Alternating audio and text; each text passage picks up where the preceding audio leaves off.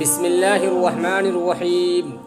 محمد بن سماک رحمۃ اللہ علیہ فرماتے ہیں کہ بنو امیہ کے لوگوں میں موسیٰ بن محمد بن سلیمان الہاشمی بہت ہی ناز پروردہ رئیس تھا۔ دل کی خواہشات پوری کرنے میں ہر وقت منہمک رہتا، کھانے میں، پینے میں، لباس میں، لہو و لعب میں، خواہشات اور لذات کی ہر نوع میں اعلیٰ درجے پر تھا۔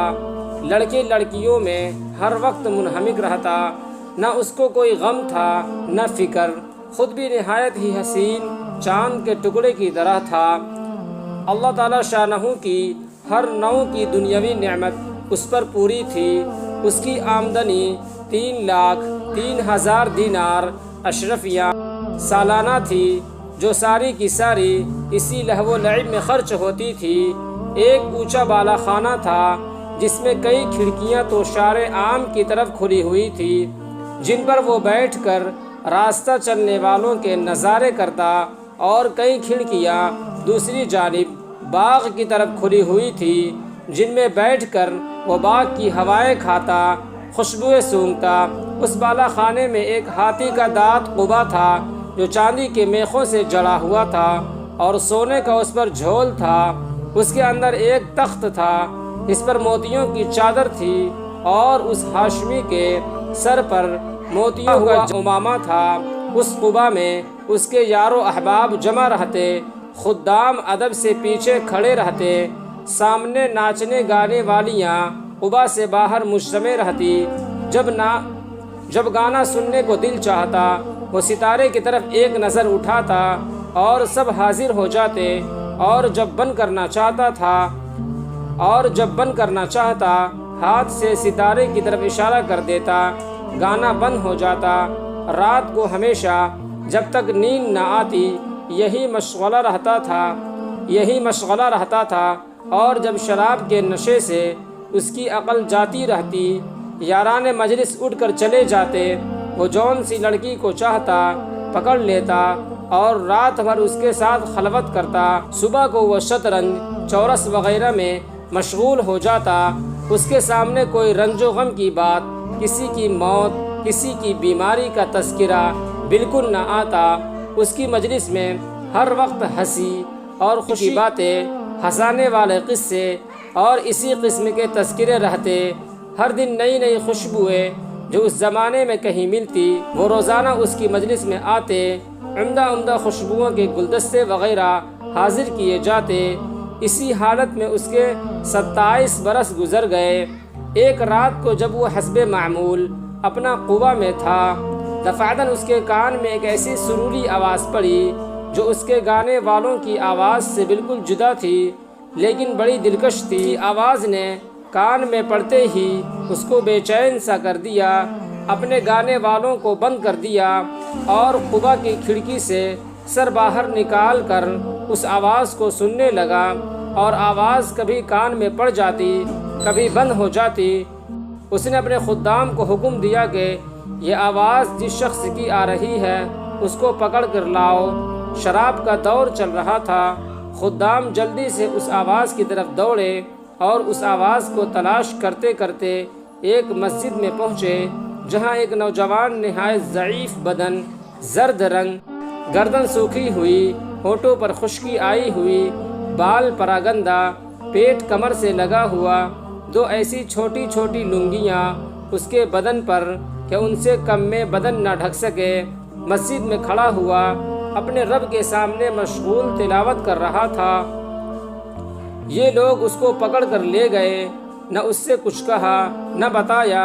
ایک دم اس کو مسجد سے نکال کر وہاں بالا خانے پر لے جا کر اس کے سامنے پیش کر دیا کہ حضور یہ حاضر ہے۔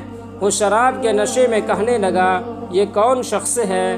انہوں نے عرض کیا کہ حضور یہ وہی شخص ہے جس کی آواز آپ نے سنی تھی۔ اس نے پوچھا کہ تم اس کو کہاں سے لائے ہو؟ وہ کہنے لگے، حضور مسجد میں کھڑا ہوا قرآن شریف پڑھ رہا تھا۔ اس رئیس نے اس فقیر سے پوچھا کہ تم کیا پڑھ رہے تھے؟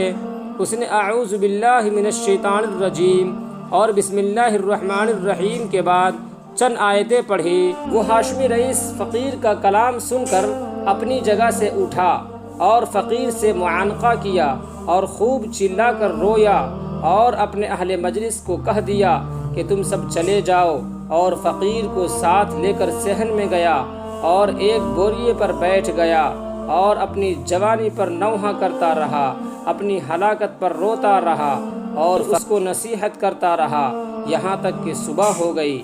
اس نے اپنے سب گناہوں سے اول فقیر کے سامنے توبہ کی اور اللہ تعالی شانہ سے اس کا عہد کیا کہ آئندہ کبھی گناہ نہ کرے گا۔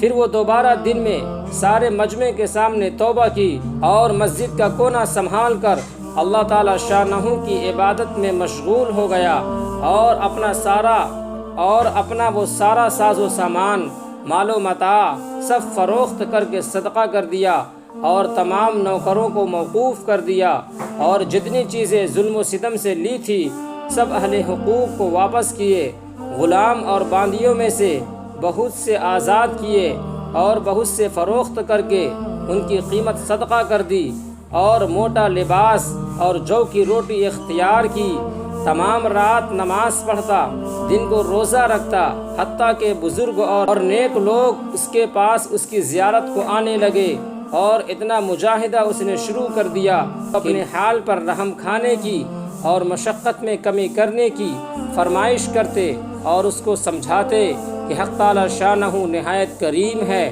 وہ تھوڑی محنت پر بہت زیادہ اجر عطا فرماتے ہیں۔ مگر وہ کہتا میرا حال بھی مجھی کو معلوم ہے، میں نے اپنے مولا کی رات دن نافرمانیاں کی ہے، بڑے سخت سے سخت گناہ کیے، یہ کہہ کر وہ رونے لگتا اور خوب روتا۔ اسی حالت میں ننگے پاؤں پیدل حج کو گیا، ایک موٹا کپڑا بدن پر تھا، ایک پیالہ اور ایک تھیلا صرف ساتھ تھا۔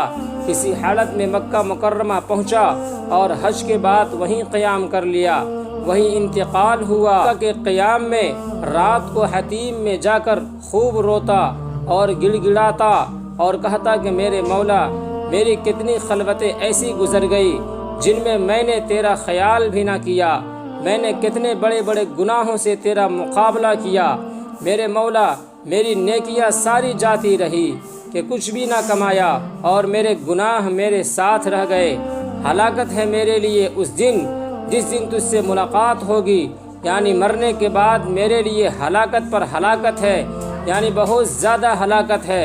اس دن جس دن میرے اعمال نامے کھولے جائیں گے، آہ وہ میری رسوائی سے بھرے ہوئے ہوں گے، وہ میرے گناہوں سے پر ہوں گے، بلکہ تیری ناراضگی سے مجھ پر ہلاکت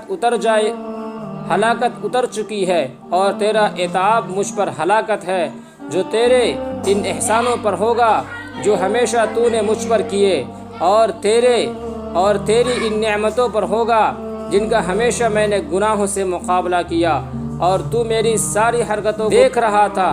میرے آقا تیرے سوا میرا کون سا ٹھکانہ ہے جہاں بھاگ کر چلا جاؤں؟ تیرے سوا کون شخص ایسا ہے جس سے التجا کروں؟ تیرے سوا کون ہے جس پر کسی قسم کا بھروسہ کروں؟ میرے آقا میں اس قابل ہرگز نہیں ہوں کہ تجھ سے جنت کا سوال کروں، البتہ محض تیرے کرم سے، تیری عطا سے، تیرے فضل سے اس کی تمنا کرتا ہوں کہ تو مجھ پر رحم فرما دے اور میرے گناہ معاف کر دے۔